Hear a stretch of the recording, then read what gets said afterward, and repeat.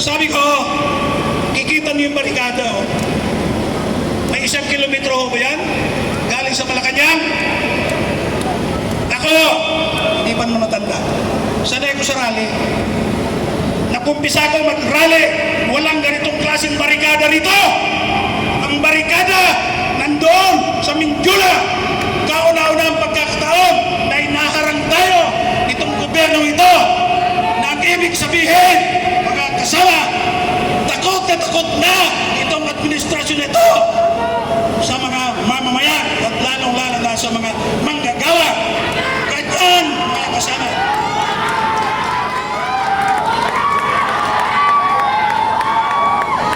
Kita nyo, yung mga kasama natin pulis, nandun.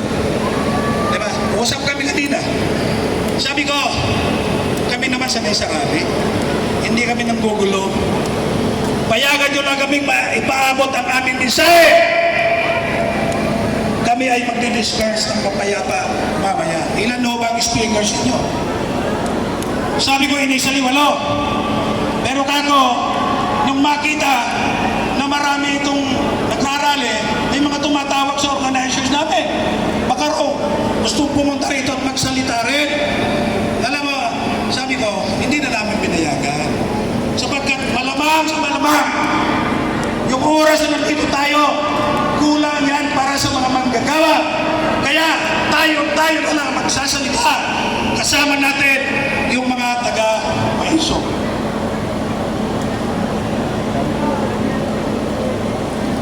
Ano ba ang issue? Anong karaihan ng mga manggagawa? Siyempre po, lagi-lagi naman yan. Kailan ba guminawa ang buhay ng mga manggagawa? Kahit kailan, hindi.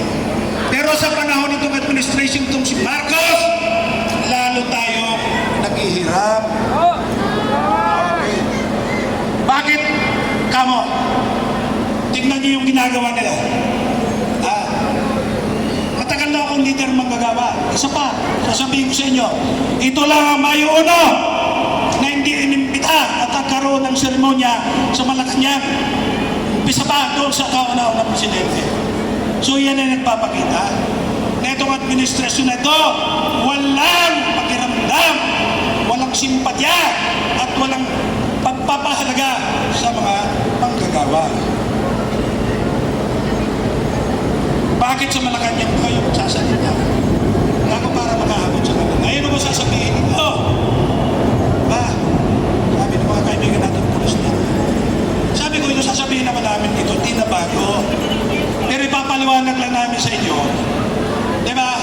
Sapagkat yung paghihirap ng mga manggagawa at mamamayan, tuloy-tuloy na paghihirap, lalo sa panahon ito, ang pangunahing dahilan yan, mga kasama, ay ang pagtaas ng bilihin, inflation.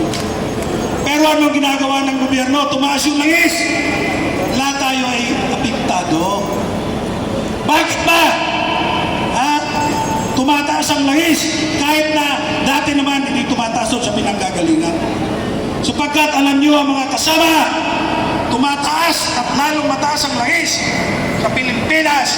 Ikumpara mo sa ibang bansa dahil ang halos kalahati ng presyong binibili yung langis, yan o ay buwis na kinukulitan ng gobyerno. So maliwanag, imbis na tulungan tayo ng gobyerno, lalo tayong pinahihirapan. Bakit ka mo? Ito. Di ba naiintindihan nyo? Ano yung mga buwis sa langis? May tinatawag na excise tax. Pinapataw sa presyo ng langis yan. Fix po yun. Yun ay diretso mapupunta sa gobyerno. Ang masaklap dyan, yung, alam nyo naman siguro, value added tax. Bakit ka mo?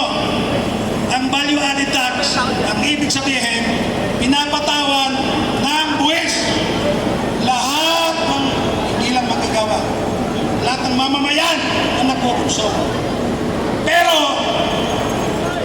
bakit hindi binababa o binabawi ng gobyerno Sapagkat, tingnan nyo mga kasama, ang value added tax, percentage po yan. Ang tax na yan ay porsyento. Ibig sabihin, pag lumaki ang presyo ng langis, lalaki rin ang kukuliktahin ng gobyerno. So kikita sila sa paghihirap ng mga manggagawa. At saan dadalhin yung kita? Saan dadalhin? Ilalagay sa malita at pamimigay sa mga kurap sa gobyerno. Alam mo naman yan. Diba? So ganyan, mga kasama. Kaya, medyo napamahos na. Hindi na lang. Sasalita. Ito, panimula pa lang. Kasahanan nyo ng Aglo Labor Power Movement sa pakikipagtulungan ng maisog. Tuloy-tuloy tayong kikilos para sa bayan. Pero bago mapunta sa bayan, kinakailangan mag-resign muna itong administration ni Marcos para magbago ang ating sistema at ang ating lipunan. Marcos resign! Marcos resign! Marcos resign! Isa pa, ang daming problema. Binanggit ko na yung pinaka-problema. Pero ang anong ginagawa ng gobyerno? Impeachment sa Vice President Sara Duterte. Inuubos, ginugugol nila yung panahon ng gobyerno para ipitin lamang ang mga Duterte sa pangunguna ni Pipi Sara Duterte. Kaya mga kasama, tuloy-tuloy po tayo. Tuloy-tuloy tayo. Panimula lang po ito. Inaasahan namin ng mga nandito ngayon, galing probinsya, galing Mindanao. Tuloy-tuloy yung pagkilos natin. At kung hindi man doble, lalagyan pa na nito. Maraming salamat. Mabuhay ang mga manggagawa. Mabuhay ang mga mamamayang Pilipino. Mabuhay ang mga kasama nating Muslim. Galing sa Mindanao. Mabuhay! Salamat po. Maraming salamat ang ating walang sawa na tumutulong sa hanay ng mga manggagawa. Bago po natin ibigay ang susunod na tagapagsalita, gusto lang po natin patingkarin itong mga nagaganap sa ating bansa.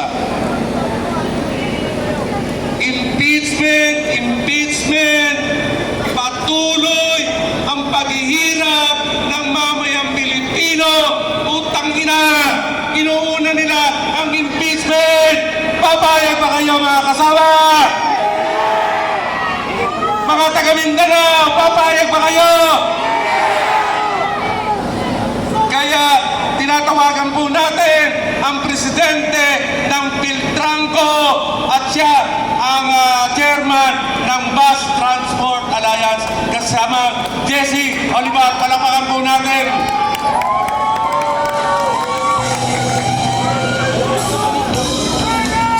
Hello. Magandang hapon sa ating lahat.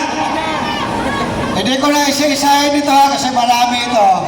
Maraming salamat sa Manobo Tribe na nandito ngayon. Nandito yung mga taga-Negros, sumuporta, dahil nasaktan na rin sa mga nangyayari. Lahat, pati mga taga-media, sa kasama nating mga pulis, sundalo, at kung saan tayo galing, magandang hapon.